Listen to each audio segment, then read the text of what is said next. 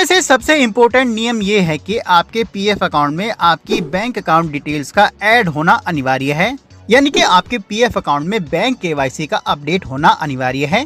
और दोस्तों, मैं आपको सजेस्ट करूंगा कि ये काम आपको नौकरी छोड़ने से पहले ही निपटा लेना चाहिए, क्योंकि नौकरी छोड़ने के बाद अगर आपके एम्प्लॉयर से कांटेक्ट नहीं है तो आपको अपने पीएफ अकाउंट में बैंक केवाईसी अपडेट करने में दिक्कतें आ सकती हैं। पीएफ अकाउंट में बैंक केवाईसी को अपडेट करने के लिए आप ऑनलाइन ही रिक्वेस्ट दे सकते हैं और घर बैठे ही अपने पीएफ अकाउंट में बैंक अकाउंट डिटेल्स को जोड़ सकते हैं या फिर बदल सकते हैं। वो कैसे कर सकते हैं उसका पूरा एकदम नया प्रोसेस आगे इस वीडियो में आप जानेंगे, तो वीडियो को बिना स्किप के एंड तक जरूर देखिएगा। और ऐसी और भी इम्पोर्टेंट वीडियोस के लिए प्लीज सब्सक्राइब जरूर कीजिएगा और प्रेस कीजिएगा बेल बटन को, ताकि फ्यूचर में जब भी मैं ऐसी कोई इम्पोर्टेंट वीडियो डालूं तो उसका अपडेट आपको तुरंत मिल जाए। पीएफ अकाउंट में ऑनलाइन अपनी बैंक डिटेल्स को जोड़ने या फिर बदलने की रिक्वेस्ट देने के लिए सबसे पहले आपको ईपीएफओ की वेबसाइट ओपन करनी है। वेबसाइट का डायरेक्ट लिंक मैंने नीचे डिस्क्रिप्शन में दे दिया है।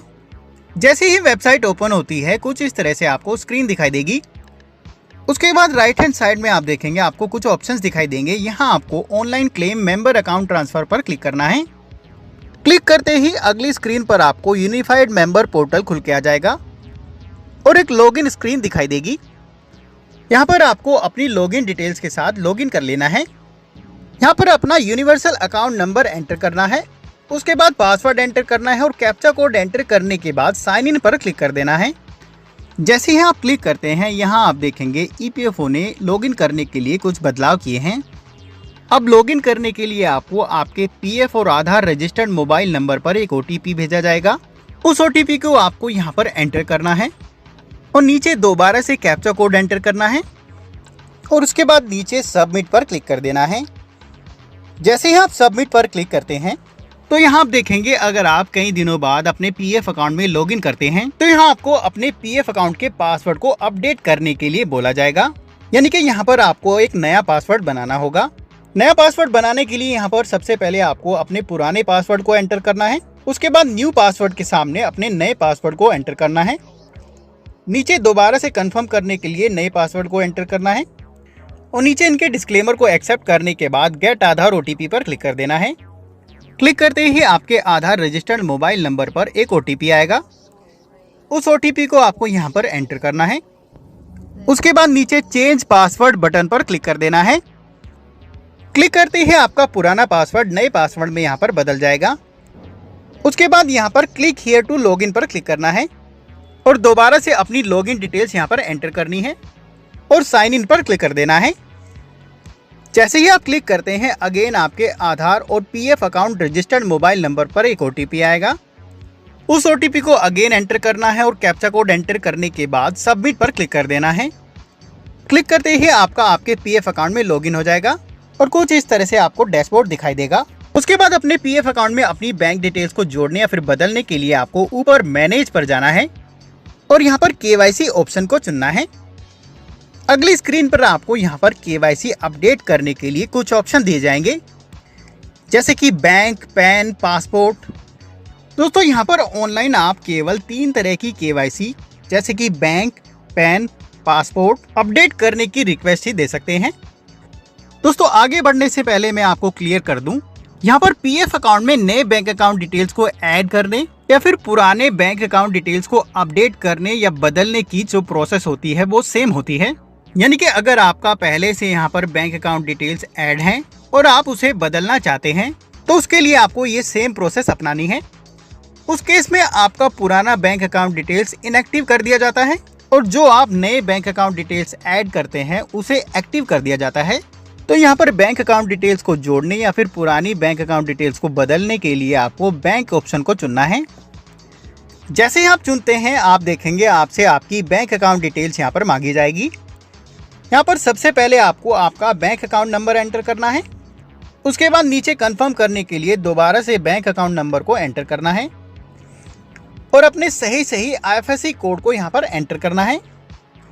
दोस्तों, ये बैंक अकाउंट डिटेल्स आपको एकदम ध्यान से भरनी होगी, क्योंकि जो बैंक अकाउंट डिटेल्स यहाँ पर आप एंटर करते हैं जब आप अपने पीएफ अकाउंट से पैसा निकालते हैं तो उसी बैंक अकाउंट में आपके पीएफ अकाउंट की अमाउंट ट्रांसफ़र की जाती है। तो यहाँ पर आपको अपनी बैंक अकाउंट डिटेल्स को एकदम सही भरना है। उसके बाद यहाँ पर IFSC कोड भरने के बाद नीचे वेरीफाई IFSC पर क्लिक करना है। जैसे ही आप क्लिक करते हैं आपका IFSC कोड यहाँ पर वेरीफाई किया जाएगा। उसके बाद आपको यहाँ पर ओके पर क्लिक करना है। क्लिक करते ही आप देखेंगे नीचे आपके बैंक का नाम जिसमें आपका बैंक अकाउंट है और उसकी ब्रांच डिटेल्स आपको दिखाई जाएगी। इन डिटेल्स को आपको एक बार क्रॉस चेक कर लेना है। उसके बाद नीचे इनके डिस्क्लेमर को एक्सेप्ट करने के बाद नीचे सेव बटन पर क्लिक कर देना है। जैसे ही आप क्लिक करेंगे अगली स्क्रीन पर आपको आपकी बैंक अकाउंट डिटेल्स यहाँ पर दिखाई जाएंगी। ये बैंक अकाउंट डिटेल्स सही है या नहीं आपको एक बार और चेक कर लेना है। उसके बाद नीचे आपके आधार कार्ड के साथ रजिस्टर्ड मोबाइल नंबर पर मिले OTP को एंटर OTP के सामने एंटर करना है। OTP एंटर करने के बाद नीचे सबमिट पर क्लिक कर देना है। जैसे ही आप सबमिट पर क्लिक करते हैं आपके PF अकाउंट में आपकी बैंक अकाउंट डिटेल्स को जोड़ने या फिर बदलने की रिक्वेस्ट सक्सेसफुली सबमिट हो जाती है और स्टेटस के साथ रिक्वेस्ट की डिटेल्स आपको नीचे KYC पेंडिंग फॉर अप्रूवल में दिखाई देंगी। यहाँ से आप अपनी बैंक KYC के स्टेटस को चेक कर सकते हैं। रिक्वेस्ट को सबमिट करते ही कुछ दिनों तक आपको स्टेटस में कुछ इस तरह से मैसेज दिखाई देगा, वेरिफिकेशन अंडर प्रोसेस। दोस्तों जब आप अपने PF अकाउंट में बैंक डिटेल्स को ऐड करने या फिर बदलने की ऑनलाइन रिक्वेस्ट देते हैं तो रिक्वेस्ट को पहले बैंक के पास वेरिफिकेशन के लिए भेजा जाता है, जहाँ पहले बैंक द्वारा PF अकाउंट होल्डर की बैंक डिटेल्स को वेरीफाई किया जाता है और बैंक वेरिफिकेशन के बाद रिक्वेस्ट को एम्प्लॉयर के पास डिजिटल सिग्नेचर के लिए भेज दिया जाता है, जहां पर एम्प्लॉयर अपने डिजिटल सिग्नेचर की सहायता से रिक्वेस्ट को अप्रूव कर देता है। उसके बाद आपके PF अकाउंट में बैंक KYC को सक्सेसफुली अपडेट कर दिया जाता है, यानी कि आपके बैंक अकाउंट में आपकी बैंक डिटेल्स ऐड कर दी जाती हैं। और स्टेटस के नीचे आप देखेंगे यहाँ पर आपको ग्रीन कलर में अप्रूव लिखा होगा। इसका मतलब है कि आपके PF अकाउंट में आपकी बैंक डिटेल्स ऐड कर दी गई हैं। दोस्तों ऑनलाइन PF अकाउंट में बैंक डिटेल्स को जोड़ने या फिर बदलने की रिक्वेस्ट देने के बाद अगर आपकी KYC का स्टेटस पेंडिंग विद एम्प्लॉयर दिखा रहा है तो उस केस में आपको जल्द अप्रूवल के लिए अपने एम्प्लॉयर को कॉन्टेक्ट करना है और अपनी बैंक KYC रिक्वेस्ट के बारे में बताना है, जिससे जल्द से जल्द आपके PF अकाउंट में बैंक KYC को अपडेट किया जा सके। तो दोस्तों इस तरीके से आप अपने PF अकाउंट में घर बैठे ही अपनी बैंक अकाउंट डिटेल्स को जोड़ सकते हैं या फिर बदल सकते हैं। वीडियो अगर पसंद आई है तो प्लीज अपने दोस्तों को जरूर भेजिएगा और अगर आपकी कोई क्वेरी है तो आप कमेंट बॉक्स में लिखकर पूछ सकते हैं। ऐसी और भी वीडियोस के लिए प्लीज सब्सक्राइब जरूर कीजिएगा। अभी के लिए धन्यवाद। अगली वीडियो के साथ फिर से मिलेंगे। All the best.